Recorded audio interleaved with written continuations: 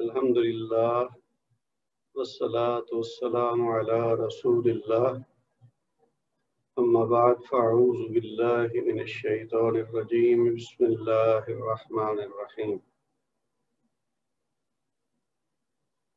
ارأیت الذی یکذب بالدین فذلک الذی یدعو الیتیم ولا یحض علی طعام المسکین فویل للمصلین الذین هم عن صلاتهم ساہون الذین هم یراؤون ویمنعون الماعون صدق اللہ العظیم رب اشرح لی صدری ویسر لی امری واحلل عقدۃ من لسانی یفقہوا قولی آمین یا رب العالمین۔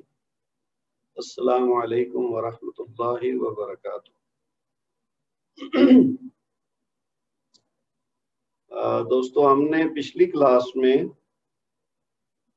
جملہ اسمیہ کو سوالیہ جملہ کیسے بناتے ہیں یہ سیکھا تھا، اور اس میں ہم نے دیکھا تھا کہ دو طرح کا سوالیہ جملہ ہو سکتا ہے۔ ایک تو سمپل کہ جس کا جواب ہاں یا نہ میں ہوتا ہے، اور دوسرا جملہ اسمیہ سوالیہ ایسا ہو سکتا ہے کہ جس میں آپ تھوڑی تفصیل پوچھتے ہیں کسی سے، سوال اس طرح سے کرتے ہیں کہ جواب دینے والے کو تھوڑا لمبا جواب دینا پڑتا ہے، کوئی تفصیل بتانی پڑتی ہے۔ تو جو سمپل سوالیہ جملہ ہے کہ کیا آپ نے ایسا کیا، کیا آپ وہی شخص ہیں جو کل آئے تھے، کیا آپ نے کھانا کھا لیا ہے، اس طرح کا سوال جو ہے جس کا جواب ہاں یا نہ دینے پہ آپ کو جواب مل جائے گا، وہ ہم سوالیہ جب بناتے ہیں تو اس سے پہلے یا تو حمزہ لگا دیتے ہیں اور یا حل لگا دیتے ہیں۔ حمزہ یا حل یہ لگانے سے وہ بالکل جو سمپل مثبت جملہ ہے اس کے ساتھ حمزہ یا حل لگائیں گے تو وہ سوالیہ جملہ بن جائے گا، ایسا والا جس کا جواب ہاں یا نہ میں ہوتا ہے۔ تو دوسری قسم کا جو جملہ ہے اس کے لیے ہم نے پھر مختلف کلمات تفصیلاً دیکھے تھے ان کی مثالوں کے ساتھ، کہ جیسے من یا اینا یا ما، اس طرح کے، پھر ان کو آگے ملا کے حروف جارہ کے ساتھ کہ کیسے استعمال ہو سکتے ہیں، وہ ان کی سب کی ہم نے تفصیل دیکھی تھی۔ اور پھر ہم نے یہ بھی دیکھا کہ اس کے آخر میں جو ایکسرسائز تھی وہ آپ کو میں نے کچھ تھوڑا سا ہنٹ کے طور پر 2-3 جملے بتا دیے تھے، باقی آپ کو کہا تھا کہ یہ آپ اپنے طور پہ اس کی پریکٹس کریں اور میرے سے شیئر کر۔ آپ میں سے کافی سارے لوگوں نے بھیجا ہے مجھے، جو تو ہے نا عربی سے اردو میں ٹرانسلیشن، اس میں تو پہلے بھی لیسنز میں زیادہ مسئلہ نہیں رہا ہے اور اس دفعہ بھی نہیں تھا، بلکہ آپ میں سے وہ وقت کے ساتھ ساتھ مزید بہتر ہوتا جا رہا ہے۔ یعنی پہلے جو لوگ فرض کیا 10 میں سے 5 جملے صحیح کر رہے تھے، پھر وہ 6 کرنے لگ گئے، 7 کرنے لگے، اب 10 میں سے 9 یا 10 بھی ٹھیک ہونے لگ گئے ہیں۔ تو یہ میں نے جیسے شروع میں کہا تھا نا، جو آپ کریں گے غلطیوں سے ڈرے بغیر، بس جیسے آپ کو سمجھ میں آئے لیسن سے، لیکچر سے، ویڈیو سے، اس کے بعد آپ اس کو اپنی کوشش کریں تو وہ وقت کے ساتھ ساتھ آپ کی غلطیاں دور ہوتی جائیں گی، اور وہ ویسے ہی ہو رہا ہے۔ ابھی آپ میں سے ماشاءاللہ جو کم از کم عربی سے اردو ترجمہ کرنا ہے نا، وہ تو کافی بہتری آ گئی ہے، بہت سارے لوگ تقریباً 100% صحیح کرنے لگ گئے ہیں۔ اس میں چونکہ آسانی ہوتی ہے کہ آپ کو عربی کے جملے بنے بنائے لکھے ہوئے ہیں، اس کی جو عربی حالت میں خاص طور پہ تھوڑی مشکل درپیش آتی ہے اردو سے عربی بنانے میں، وہ چونکہ نہیں ہوتی، اس میں آپ کے سامنے ایک الفاظ لکھے ہوئے، آپ نے جسٹ اس کا اردو ترجمہ کرنا ہے، اور اردو لکھنا ہمارے لیے چونکہ مشکل نہیں، وہ آلریڈی ہم جانتے ہیں، تو لہذا اس میں تو کافی حد تک آپ نے قابو پا لیا۔ ہاں، جو اردو سے عربی ترجمہ کرنا ہے اس میں تھوڑا مسئلہ ہو رہا ہے ابھی، لیکن اس میں بھی پہلے سے کافی بہتری آ گئی ہے۔ تو یہ آپ بس پریکٹس جاری رکھیں، غلطیاں ہوتی ہیں کرتے رہیں، کوئی مسئلہ نہیں، جتنا صحیح ہوگا جتنا غلط ہوگا کرتے کرتے بالآخر انشاءاللہ وہ ساری غلطیاں بھی دور ہو جائیں گی اور مکمل آپ صحیح کرنے لگ جائیں گے۔ تو وہ خیر ایکسرسائز جو آپ لوگوں نے شیئر کی، میں نے ایک جو مجھے زیادہ بہتر لگی وہ تو میں نے آپ سے شیئر کر دی ہے، وہ جو اردو ترجمہ ہے اس میں وہ تو تقریباً 99.9% ٹھیک ہے، اس میں صرف ایک چھوٹی سی چیز ہے وہ میں آپ سے بتا دوں گا، اور باقی جو اردو سے عربی والا ہے وہ ہم دیکھ لیں گے اس کو تفصیل سے ون بائی ون سارے جملے کریں گے تو آپ کے سامنے جو آپ لوگوں نے شیئر کیا وہ بھی آپ ساتھ رکھ لیجئے گا، تو جو کوئی کمی بیشی ہوگی وہ پوری کر لیں گے۔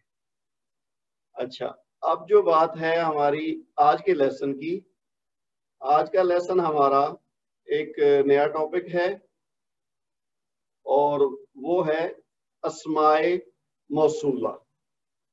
اچھا، یہ الفاظ آپ پہلے بھی سنتے رہے ہیں، اسم موصول، حمزۃ الوصل، اس طرح کے الفاظ سے واقف۔ وصل یا موصولہ یہ وہ چیز ہے جو کسی سے جوڑتی ہے، یعنی دو چیزوں کو آپس میں جو جوڑ دے گی وہ اسم موصولہ ہوگا۔ اگر دو جملے ہوں چھوٹے چھوٹے اور ان کے بیچ میں اسم موصول آ جائے تو آپ سمجھیں کہ یہ وہ اسم ہے جس نے ان دو حصوں کو آپس میں جوڑ دیا ہے، سمپلی جسٹ سمجھنے کے لیے کہ یہ اس کو موصولہ کیوں کہتے ہیں۔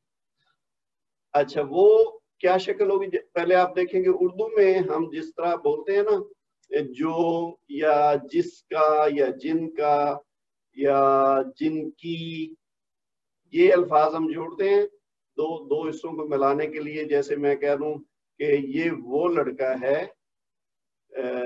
جو کل آیا تھا، یا یہ وہ لڑکی ہے جو کل غیر حاضر تھی۔ اب یہ جو اس میں استعمال ہوا ہے نا، یہ وہ چیز ہے اس میں موصول ہے جس نے ان دو چیزوں کو جوڑا ہے آپس میں۔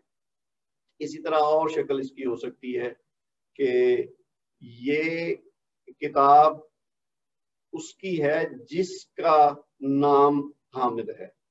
اب وہ جو تھا یہاں پہ جس کا ہو گیا، تو یہ جس کا، جن کا، اس طرح کے جو الفاظ اردو میں ہم استعمال کرتے ہیں نا، یہی ہے جو آج ہمارا لیسن ہے کہ وہ ہم نے عربی میں کیسے کرنا ہے۔ اسی طرح انگلش میں جب ہم بات کرتے ہیں تو ہم دیٹ یا دیز یا دوز اس طرح کا الفاظ استعمال کرتے ہیں، یا وچ کہہ دیتے ہیں، دو چیزوں کو جوڑتے ہیں نا کہ this is the one that was read yesterday، جی this is the book that was read yesterday، یہ وہ کتاب ہے جو کل پڑھی گئی تھی، ٹھیک ہے۔ یا this is the lesson that we learned in the last class، کہ یہ وہ لیسن ہے یا یہ وہ سبق ہے جو ہم نے پچھلی کلاس میں پڑھا تھا۔ تو یہ that یا these یا those اس طرح کے الفاظ ہم جوڑتے ہیں، تو اس سے وہ اسماء موصولہ انگلش میں ہم اس طرح سے یوز کرتے ہیں۔ اچھا، عربی میں ان کی جگہ جو تو سمپل ہے نا، بالکل سادہ، وہ تو دو ہیں حروف، ایک منٹ میں لکھتی ہوں، الموصولہ،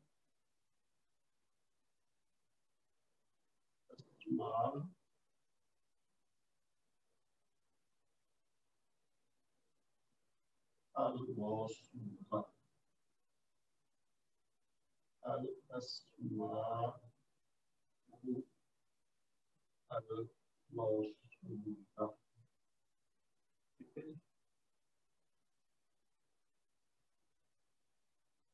آپ ہماری جب اردو میں ہم اس چیز کو لکھیں گے سمپل تو وہ ہم لکھ دیں گے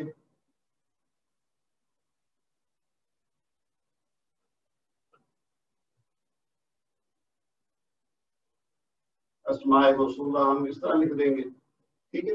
لیکن عربی میں پراپر ہے الاسماء الموصولہ، تو اب یہ جب ملا کے پڑھیں گے تو یہ والا زبر نہیں پڑھا جائے گا، تو الاسماء الموصولہ ہو جائے گا۔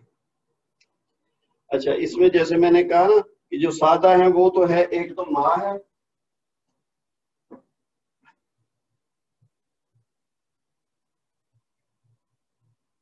اور ایک من ہے۔ اب یہ دو ایسے کلمات ہیں جن کا استعمال ہم پہلے بھی کر چکے ہیں، لیکن وہاں ان کا استعمال ڈیفرنٹ تھا، یہاں آج جو ہم ان کا استعمال کریں گے یہ ایک مختلف طریقے سے ہوگا۔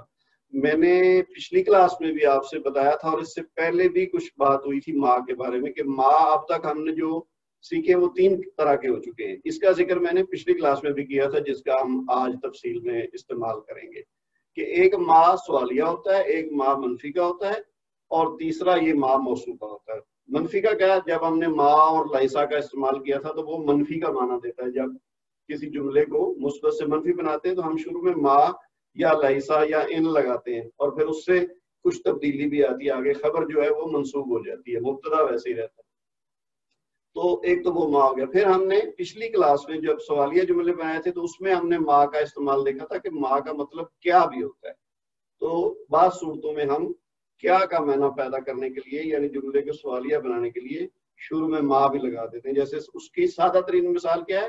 ماں ہاذا. میں آپ سے پوچھوں کہ جی ماں ہاذا کہ یہ کیا ہے، تو آپ جواب دیں گے جی ہاذا القلم، کہ یہ قلم ہے. تو یہ سادہ سا طریقہ ہے اس کو سمجھنے کا کہ یہ ماں سوالیہ. اب آج ہم بات کریں گے ماں موصولہ کی. ماں موصولہ کیسے ہوگا؟ جیسے اس کی ہم مثال لے لیں، ہمارے نوٹس میں بھی یہی ہے کہ للہ ما فی السماوات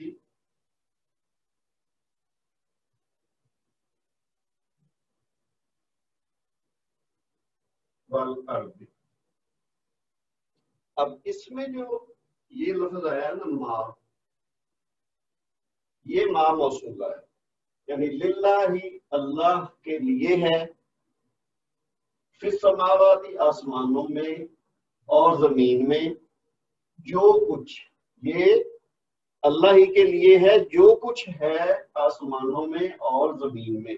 تو یہاں ماں کا معنی نہ منفی والا ہے نہ سوالیہ والا ہے، تو یہ ہے موصولہ. اور اس کا معنی کیا ہوگا؟ جو کچھ یا جو کوئی چیز، یعنی جو کچھ بھی آسمانوں کے اندر ہے یا زمین کے اندر ہے وہ سب اللہ کی ملکیت ہے. تو یہاں ماں سے مراد کیا ہے؟ جو. اسی طرح دوسرا ہے من. اس کی میں مثال لکھ دوں، فذکر بالقرآن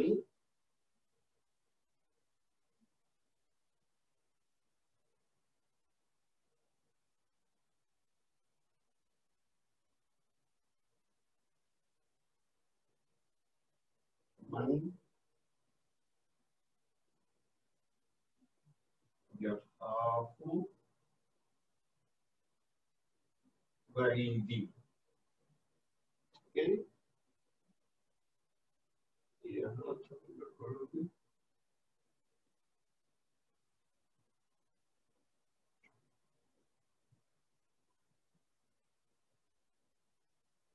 فذکر بالقرآن من یخاف وعیدی. اب یہ بھی قرآن کے الفاظ ہیں، اس کا مطلب کیا ہے؟ تو آپ ذکر کرو یا یاد دلاؤ یا نصیحت کرو قرآن سے اس کو جو میری وعید سے ڈرتا ہو. یعنی اللہ تعالیٰ آپ صلی اللہ علیہ وسلم سے کہہ رہے ہیں کہ اے رسول اللہ صلی اللہ علیہ وسلم، آپ ان لوگوں کو ڈرائیے یا نصیحت کیجیے یا یاد دہانی کرائیے جو میری وعید یعنی جو باتیں میں نے کہی ہیں ڈرانے کے لیے، جو وارننگ دی ہے، تنبیہ دی ہے لوگوں کو، جو اس سے ڈرتے ہیں آپ ان کو یاد دہانی کرائیے. ٹھیک ہے؟ تو یہ جو من ہے نا،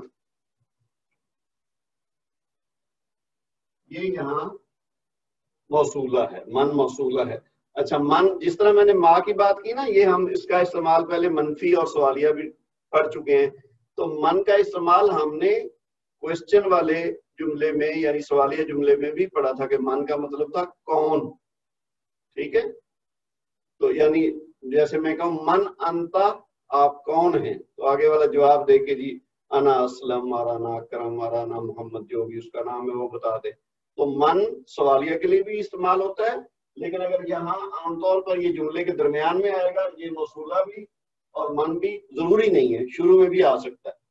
تو یہ من موصولہ ہے. تو یہ تو ہیں دو سمپل ترین اسماء موصولہ جو استعمال ہوتے ہیں، لیکن ان کا استعمال دوسرے معنوں میں بھی ہوتا ہے جیسے میں نے پہلے کہا. تو آپ نے یہ ذہن میں رکھنا ہے کہ جب ہم نے اس کو ما یا من کو موصولہ کے طور پر استعمال کرنا ہے تو پھر یہ ذہن میں رہے کہ یہ اس طرح سے نہ آ جائے کہ جس طرح کے منفی ما خاص طور پہ منفی میں بھی آتا ہے، سوالیہ میں بھی آتا ہے، اور من سوالیہ کے طور پر بھی استعمال ہوتا ہے اور موصولہ کے طور پر بھی استعمال ہوتا ہے. اس کی مثالوں سے آپ کو ان کا فرق واضح ہو جائے گا. اچھا، اسی طرح پھر اور جو ہیں اسماء موصولہ، جیسے ہم کہتے ہیں کہ جی جملے کے اندر لگاتے ہیں نا بات کہ جی یہ وہ انسان ہے جس نے امتحان میں کامیابی کی تھی، یا جو بہت محنتی ہے، یا جو مسجد میں نماز پڑھتا ہے. اس طرح کے الفاظ جب لگاتے ہیں نا تو وہ زیادہ تر ہم وہ دوسرے والے استعمال کرتے ہیں، جیسے اللہ زی، اللہ تی بات کر رہے تھے اسماء موصولہ پہ. ایک تو ہم نے ما اور من کی بات کر لی، امید ہے آپ لوگوں کو اس کی تو سمجھ آ گئی ہوگی، اور اس کو آپ نے ڈیفرینشیٹ بھی کر لیا کہ یعنی ما جو سوالیہ اور منفی ہے وہ ہم پہلے پڑھ چکے ہیں، آج ہم ما موصولہ پڑھ رہے ہیں. اسی طرح جو من سوالیہ تھا جس کا مطلب کون کے معنوں میں آتا ہے وہ الگ چیز ہے، اور یہ والا من جو ہے نا موصولہ ہے جس کا مطلب ہوگا جو. اچھا، اب ہم اس کے علاوہ جو اسماء موصولہ ہیں نا ان کی بات کرتے ہیں. اس کو مٹا کے نا یہی آپ کے سامنے بنا دیتے ہیں.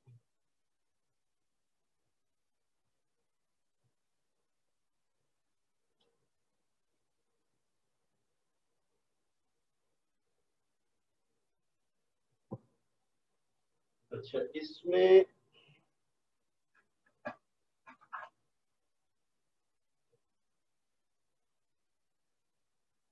واحد، پھر مثنیٰ اور پھر جمع. پھر اس کے اندر آئے گا جی مذکر اور مؤنث.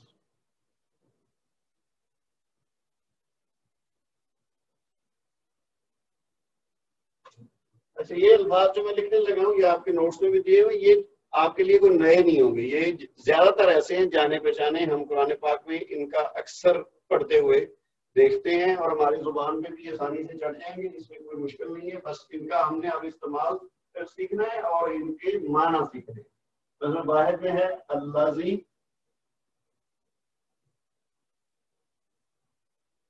اور اس کا مثنیٰ بن جائے گا اللذانی. اس کو ہم پہلے بھی ویسے دیکھ چکے ہیں ایک حساب سے، اور جمع ہوگا اس کا اللذین.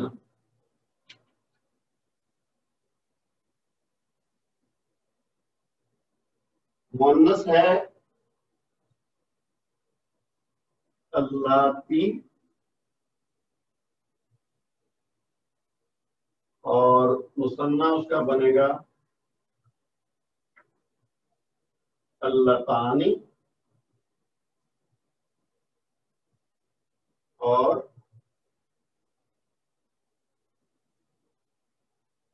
اللاتی، اور اس کو اللہ کی بھی لکھتے ہیں. یہ اوپر میں نے مد لگائی. اچھا، الذی آپ نے اکثر پڑھا ہوگا اور اس کا مطلب وہی ہے جو کہ، ٹھیک ہے.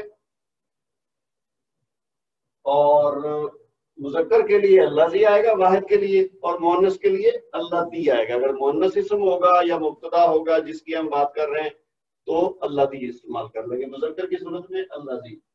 دو جب آئیں گی چیزیں، جیسے ہم نے شروع میں دیکھا تھا نا واحد، مثنیٰ اور جمع، کہ دو کے لیے عربی میں الگ لفظ استعمال ہوتا ہے اردو یا انگلش کے برعکس، کیونکہ اردو یا انگلش میں واحد ہے اور جمع ہے، ایک سے زیادہ ہو تو جمع ہو جاتا ہے. لیکن عربی میں بیچ میں ایک چیز تیسری بھی ہے جس کو ہم مثنیٰ کہتے ہیں یا تثنیہ کہتے ہیں، یعنی دو چیزیں جب ہوں تو اس کے لیے الگ صیغہ استعمال ہوتا ہے، اور دو سے زیادہ ہوں تو پھر وہ جمع تصور ہوتا ہے.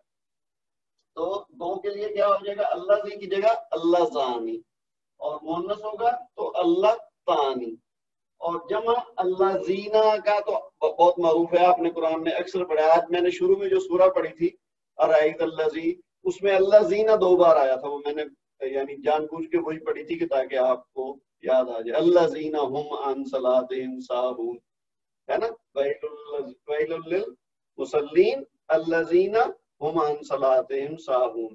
پھر آگے الذین ہم یراؤن ویمنعون الماعون، تو وہی الذین یہ جمع کے لیے ہے، یعنی ہلاکت ہے ان نمازیوں کے لیے جو کہ غفلت کرتے ہیں اپنی نماز میں. تو یہ جو کہ جمع کے لیے ہوگا تو اللہ زینا، اور مؤنث ہوگا تو